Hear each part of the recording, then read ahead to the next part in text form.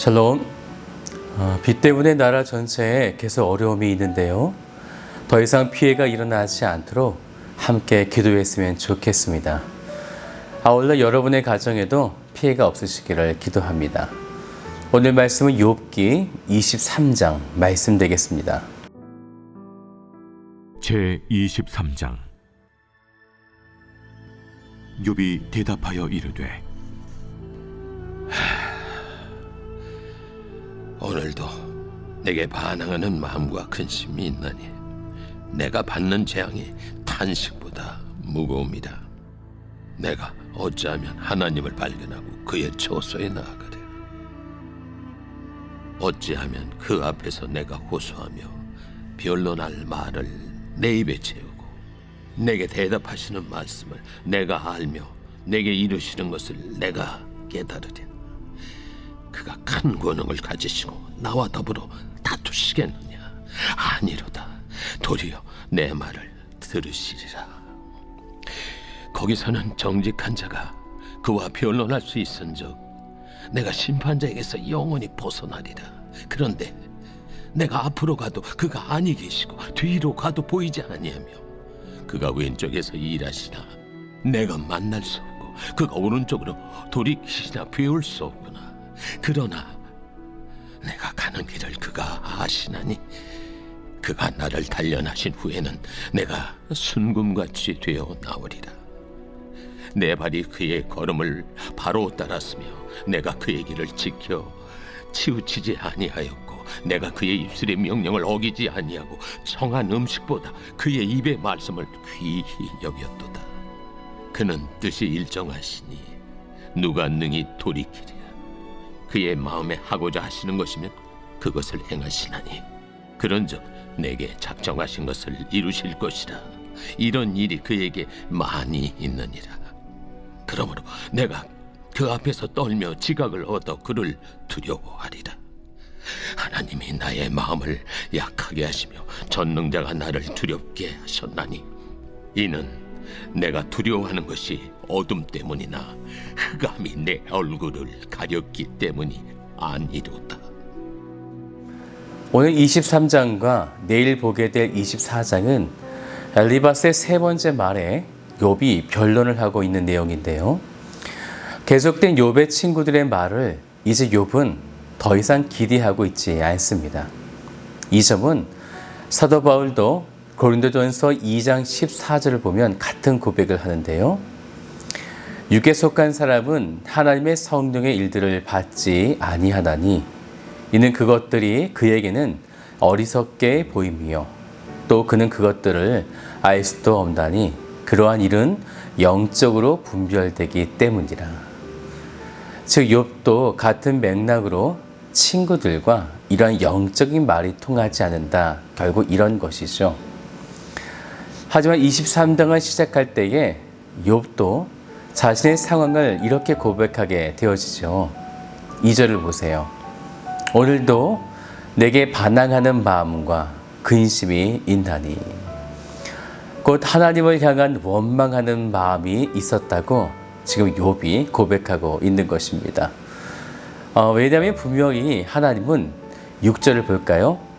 그가 큰 권능을 가지시고 그런데 지금 이 욥의 상황은 그렇지 못했다라는 것이죠. 지금 욥의 상황은 오늘 8절과 9절에 그 상황을 지금 표현하고 있는데요. 이렇게 고백하죠. 그런데 내가 앞으로 가도 그가 아니 계시고 뒤로 가도 보이지 아니하며 그가 왼쪽에서 일하시나 내가 만날 수 없고 그가 오른쪽으로 돌이키시나 배울 수가 없구나.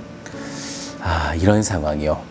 즉 자기가 어디로 가야 하는지 도무지 그 길을 알 수 없다는 거죠.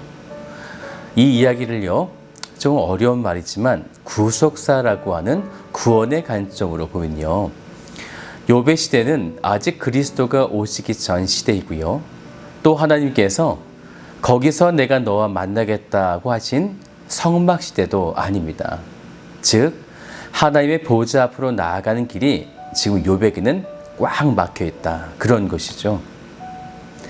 다시 말씀드리면 신학시대처럼 예수 그리스도의 십자가의 공로에 힘입어서 하나님께 나아갈 수도 없고 또 성막을 통하여 하나님 앞에 나아갈 수도 없는 그 답답함이 지금 욥이 이런 상황 가운데 고백하고 있는 것입니다.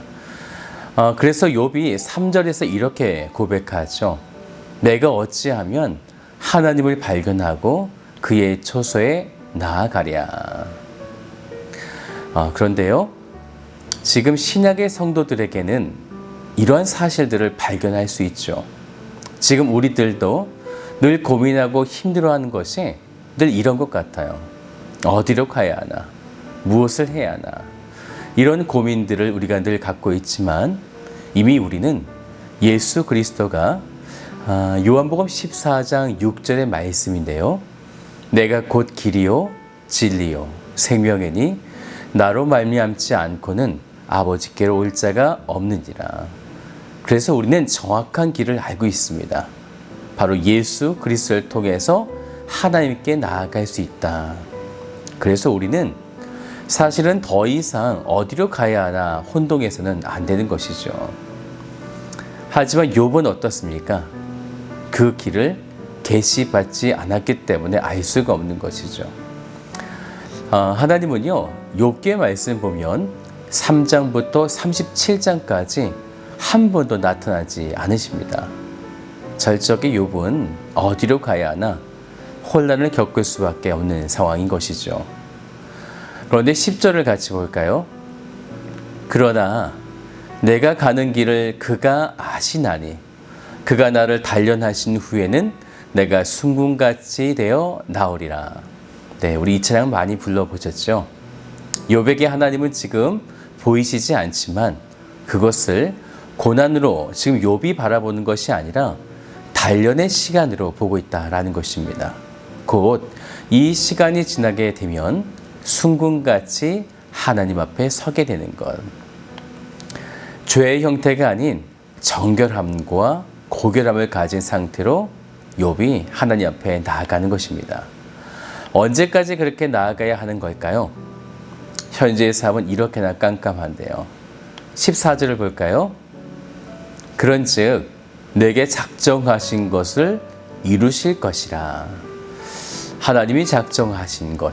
그러면 이 작정이 무엇일까요? 로마서 8장 30절을 보면요, 구원의 황금 연결고리 5가지가 나오는데요. 제가 말씀을 읽어드릴게요.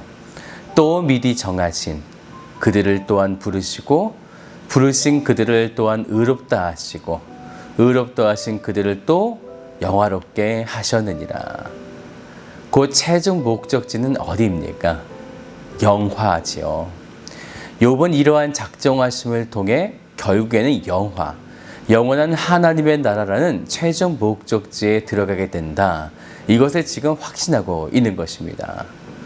욥은 지금 하나님 앞에 나아갈 수 없는 상황임에도 그에게는 하나님의 자신을 향한 이러한 작정이 있음을 확신하며 지금은 비록 단련하시는 그런 기간이지만 이제 머지않아 때가 지나가면 순금과 같이 되어 하나님 앞에 나오리라. 그래서 그분의 처소, 즉 하나님과 만날 수 있는 곳에 내가 서 있을 것이라고 확신하게 된 것입니다. 의심을 넘어선 이런 확신은 어디에서 오는 걸까요? 저는 하나님의 전적인 은혜라고 생각합니다. 오늘 여러분에게도 예수 그리스도를 통한 이 은혜를 이미 선물로 주셨습니다. 의심을 넘어 확신의 신앙을 가지시게 되시기를 주님의 이름으로 축복합니다. 오늘 하루 이런 확신 가지고 꼭 승리하십시오. 샬롬.